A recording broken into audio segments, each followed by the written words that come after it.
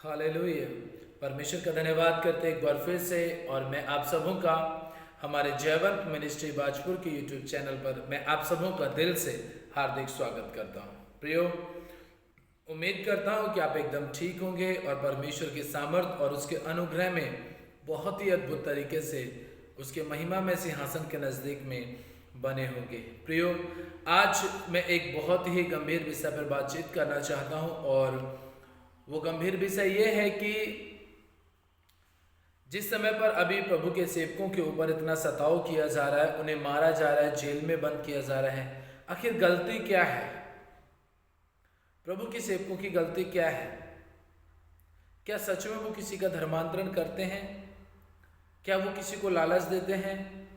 अगर किसी को लालच देते या किसी का धर्मांतरण करते तो मैं समझता हूँ आज बहुत सारे नहीं, लाखों पासवान आज किराए के घर में रहते हैं।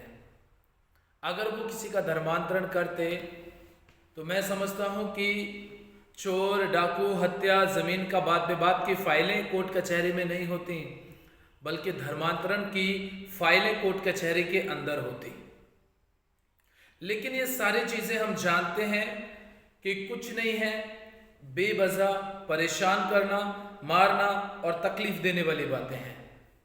अगर सच में ऐसी कुछ घटनाएं होती तो आज मैं समझता हूं कि हमारे देश के अंदर चोर, डाकू और ये सारे चीज अभी तक लोग अपने अपने जीवन को बदल चुके होते। लेकिन हर एक पासवान, हर एक पास्टर ये प्रार्थना कर रहा है प्रभु से कि लगातार परमेश्वर अपने लोगों के जीवन में काम करे, लोग बुरे काम को छोड़ दें, बुरे रास्ते को छोड़ दें। मैं एक बात बहुत अच्छी तरीके से जानता हूं और वो ये है कि विरोध यहाँ पर प्रभु के सेवकों का तो हो रहा है, पास्टरों का विरोध तो हो रहा है, लेकिन परेशान वो लोग हैं जिनकी बेशुमार संपत्ति जो तमाम प्रकार के अशुद्ध काम से और गंदे कामों से कमाई गई है या कमाने की उनकी प्लानिंग है, वो सारी चीजें बंद होती हुई नजर आ रही हैं। क्यों? क्योंकि लोग वचन को सुन रहे हैं और परमेश्वर की अधीनता में आकर के वो इस बात को जान रहे हैं कि सब प्रकार के गंदे काम और सब प्रकार के लुचपन भरे काम ये परमेश्वर की व्यवस्था के खिलाफ में है, और जो लोग भी इन कामों को करते हैं वो कभी भी परमेश्वर के राज्य में नहीं जा सकते। जब लोग इन सारी चीजों को सोच रहे हैं, वो उन रास्तों को छोड़ दे रहे हैं, और जब वो रास्तों को छोड़ रहे हैं तब उनका विरोध हो रहा है। प्रियो, मैं आज आपको एक बहुत ही गंभीर सब्जेक्ट के साथ में परमेश्वर के वचन को शेयर करना चाहूंगा। मैं आज आपको बता देना चाहता हूं शुरू में ही कि यदि आपको ये वचन अच्छा लगता है, ये संदेश अच्छा लगता है और आपको लगता है कि सच में जैसा आज से हजारों साल पहले प्रभु यीशु मसीह के लोगों के साथ में किया गया था, परमेश्वर के लोगों के साथ में किया गया था, वही सेम घटनाएं जो हजारों साल पहले घटी थी, आज भी वही घटनाएं लगातार घटने में लगी पड़ी हैं। परमेश्वर के दासों का जेल में जाना, उनको जान से मार देना, ये कोई नई बात नहीं है। ये बाइबल से यीशु मसीह के समय से लगातार ये घटनाएं होती आई हैं और यीशु मसीह के आने से पहले ये घटनाएं होती आई हैं। लेकिन जब जब ये घटनाएं घटी हैं तो इस घटना के बाद एक भयंकर तूफान हमने दुनिया के अंदर आते हुए देखा है। प्रियो, परमेश्वर का वचन हमें ऐसा बताता है कि आज परमेश्वर के सेवक, पास्टर लोग, प्रभु के दास लोग, पासवान लोग क्या कर रहे हैं? अगर कोई व्यक्ति गलत रास्ते पे जा रहा है तो वो उसे बचा रहे हैं कि ये व्यक्ति गलत काम ना करे। मैं एक बात जानता हूं कि कभी भी किसी का भी कोई भी धर्मांतरण नहीं होता है, इंसान की जिंदगी अंदर से बदल जाती है। मान के चलिए कि मैंने ये फटे पुराने कपड़े पहने हों और एक दिन ऐसा हो कि मैं यीशु मसीह के सामने चला जाऊं, यीशु मसीह पे विश्वास करूं, तो यीशु मसीह सबसे पहले क्या करता है? इन फटे पुराने कपड़ों को क्या करता है? वो बदलता है। ऐसे ही मेरी जिंदगी के अंदर जितने भी पाप हैं, यीशु मसीह उन पाप को बदलता है और उन पाप के रास्ते पे चलने की आदतों को प्रभु यीशु मसीह बदल देता है और वो पूरी तरीके से उस इंसान को ऐसा बना देता है कि वो समाज में प्रतिष्ठित व्यक्ति बन जाता है, एक जान पहचान वाला व्यक्ति बन जाता है, उसकी जिंदगी की गवाही बहुत बड़ी हो जाती है। जब किसी भी एक व्यक्ति के साथ में ऐसा प्रभु यीशु मसीह काम करता है और कोई पास्टर ने उसे सुसमाचार सुनाया और उसकी जिंदगी बदल जाती है, तो अक्सर लोगों को ऐसा लगता है कि इसको लालच दिया गया है, इसको पैसा दिया गया है, इसको मोटी रकम दी गई है, जिसकी वजह से इसकी जिंदगी और लाइफ स्टाइल क्या हो गई है, बदल गई। लेकिन वो ये नहीं जानते कि परमेश्वर ने उसकी जिंदगी को बदल दिया है। और जब ऐसा माहौल वहां पर हो जाता है, तब क्या होता है, फिर पास्टर को मारना, पीटना, रास्ते में घेर करके धमकियां देना, थप्पड़ मारना, उनको पर लाठी डंडे की बरसात करना, चाकू तलवार से उनको घायल करना, उनको हॉस्पिटल तक पहुंचा देना, ये सब घटनाएं प्रभु के सेवकों के साथ में हो जाती हैं। मेरे प्रभु के पवित्र लोगों, डरिए मत, घबराइए मत। और मैं आप सबों के लिए भी ये बात कहना चाहता हूं कि इन सब बातों का न्याय करने वाला परमेश्वर आज भी जिंदा है। अगर आप बेवजह किसी भी प्रभु के सेवक को परेशान करेंगे तो परमेश्वर आज भी जिंदा है, और जब घुटने टिकेंगे तो वो सबका न्याय करेगा। हम सब जानते हैं, बाइबल में जब हम परमेश्वर के वचन को पढ़ते हैं, लिखा है, जब हम मरकुस की पुस्तक और उसका 6 अध्याय, मरकुस रचित सुसमाचार 6 अध्याय और उसका 14 वचन से पढ़ते हैं, तो लिखा है कि उस समय पर हेरोदेस राजा ने भी उसकी चर्चा सुनी, क्योंकि उसका नाम फैल गया था, और उसने कहा, यूहन्ना बपतिस्मा देने वाला मरे हुए में से जी उठा है, इसीलिए उससे ये सामर्थ के काम प्रकट होते हैं। अन्य लोगों ने कहा यह एलिया है, परंतु कुछ अन्य ने कहा भविष्यवक्ता या भविष्यवक्ताओं में से किसी एक के समान है। किसकी बात हो रही है? प्रभु यीशु मसीह की बात हो रही है। क्योंकि इस समय तक यूहन्ना बपतिस्मा देने वाला की गर्दन क्या कर दी चुकी, उसकी गर्दन काटी जा चुकी थी, और उसके बाद से यीशु मसीह बड़े बड़े चिन्ह चमत्कार करने लगा था। तो बहुत सारे लोग इस बात को कहने लगे कि यूहन्ना बपतिस्मा देने वाला मुर्दों में से जी उठा है। कोई कह रहा था कि नहीं एलिया है, और जबकि एलिया कौन था? यूहन्ना बपतिस्मा देने वाला।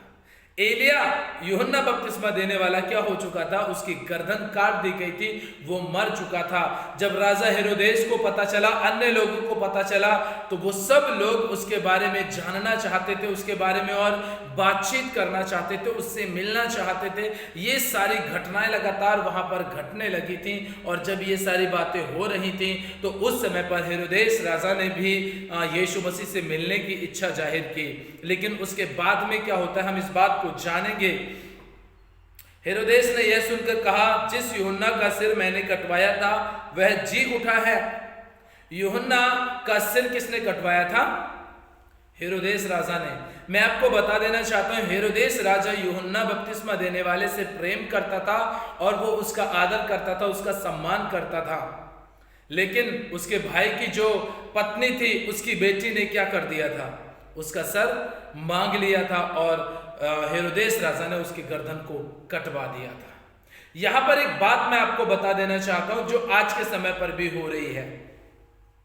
यूहन्ना बपतिस्मा देने वाले ने क्या किया था? हेरोदेस राजा से मना किया था। हेरोदेस ने अपने भाई फिलिप्पुस की पत्नी हेरोदियास के कारण, जिससे उसने विवाह कर लिया था, लोगों को भेजकर यूहन्ना को पकड़वा कर बंदी गृह में डाल दिया था। क्योंकि यूहन्ना ने हेरोदेस से कहा था, अपने भाई की पत्नी को रखना तुझे उचित नहीं है। इसलिए हेरोदियास उससे वैर रखती थी, और यह चाहती थी कि उसे मरवा डाले, परंतु ऐसा हो ना सका। इसलिए ना हो सका क्योंकि हेरोदेस राजा यूहन्ना से प्रेम करता था, और यूहन्ना ने कोई ना कोई ऐसा कारण रहा होगा, कोई ना कोई ऐसी बात रही होगी जिसके कारण उसने हेरोदेस से मना किया था कि तू अपनी भाई की पत्नी को मत रख, क्योंकि तेरे लिए ये उचित नहीं है।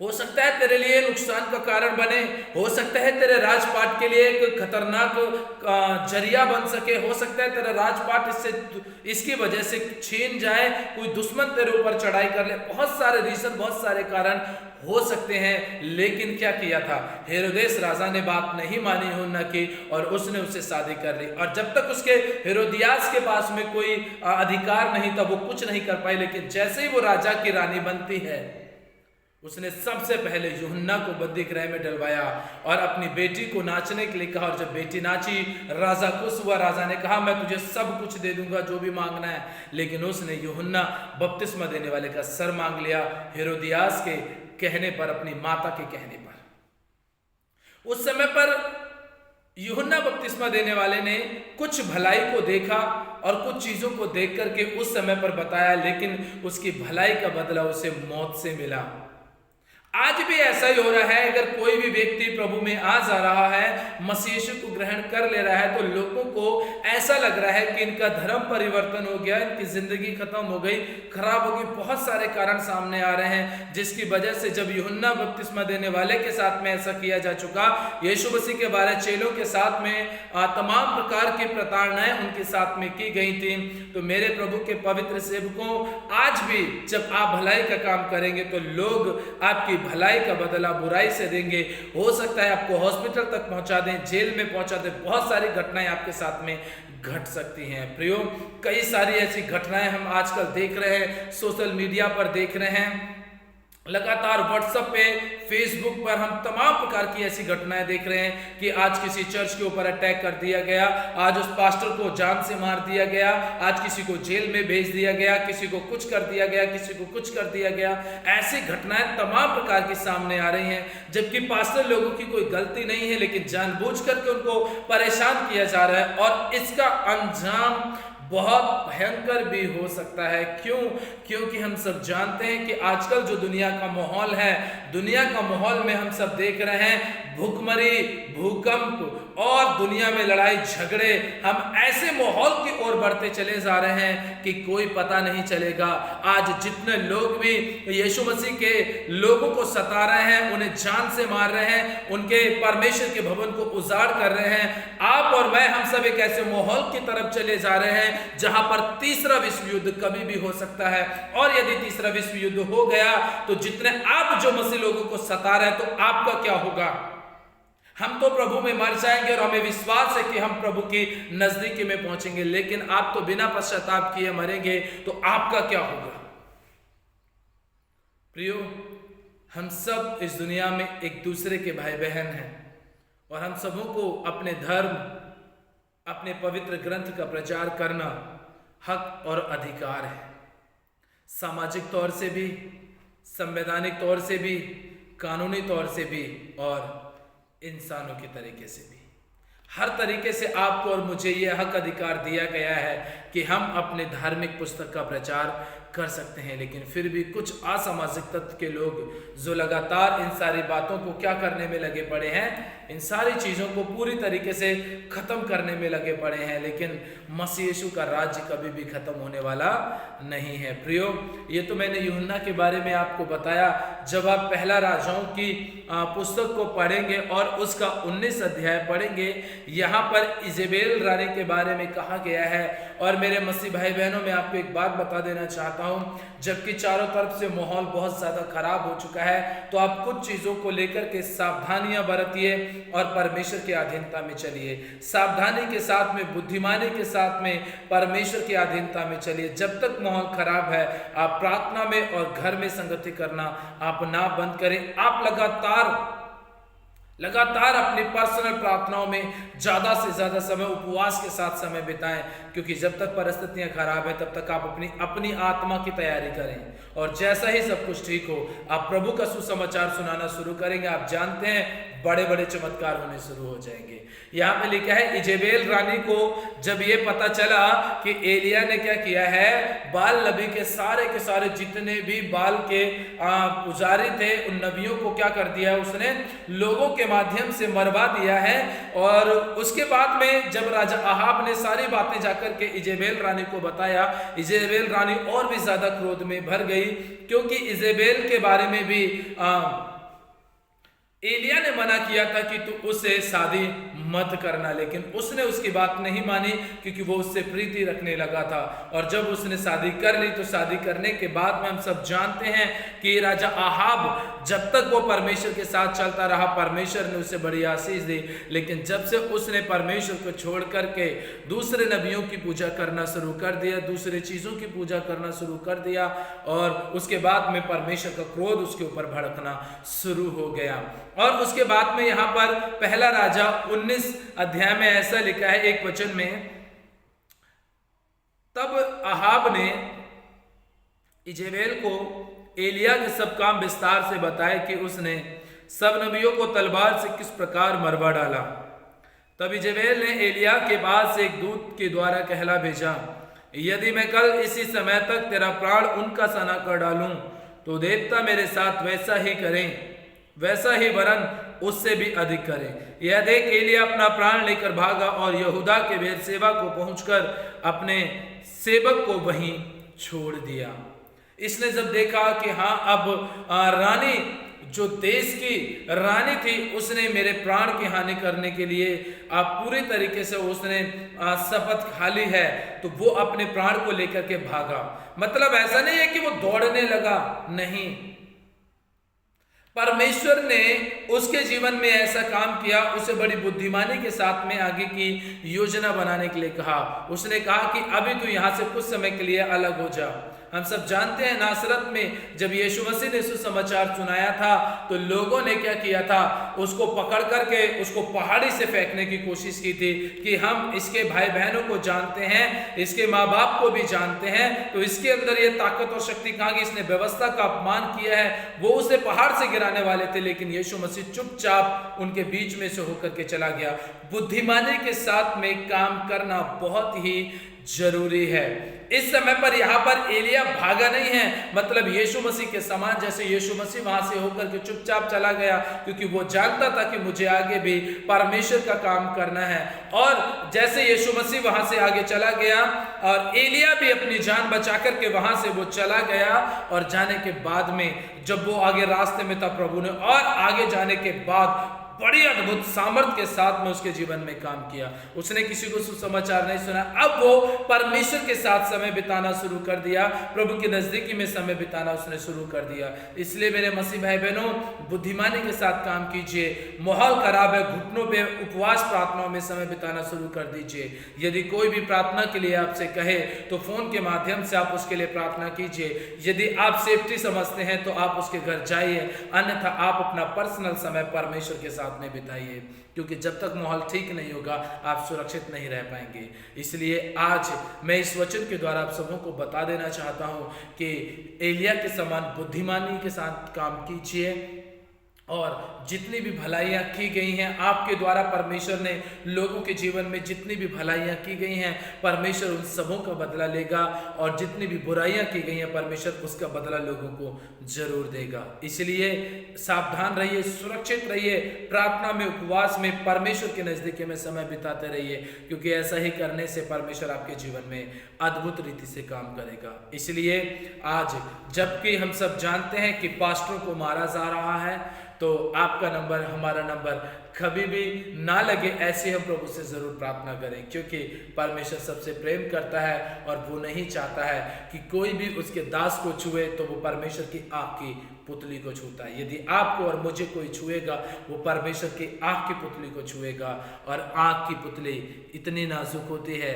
कि वो एक जरा सा कंकड़ बर्दाश्त नहीं कर सकती, तो परमेश्वर आपके और मेरे जीवन में घाव कैसे बर्दाश्त करेगा। इसलिए उपवास प्रार्थना में बने रहिए, प्रभु के नज़दीकी में बने रहिए, परमेश्वर के साथ चलते रहिए, ताकि वचन के द्वारा आपको हिम्मत, बल, ताकत और साहस मिल सके, और सबसे अहम बात है कि आपको पवित्र आत्मा की अगुवाई मिल सके। परमेश्वर आज के वचन के द्वारा आप सबों को आशीष दे, बरकत दे। यदि आपको ये मैसेज अच्छा लगा है दूसरों तक शेयर करें, हमारे जयवंत मिनिस्ट्री बाजपुर के यूट्यूब चैनल को सब्सक्राइब करें। प्रभु आप सबों को आशीष दे। सभी को प्यार भरे शब्दों में दिल से जय मसीह।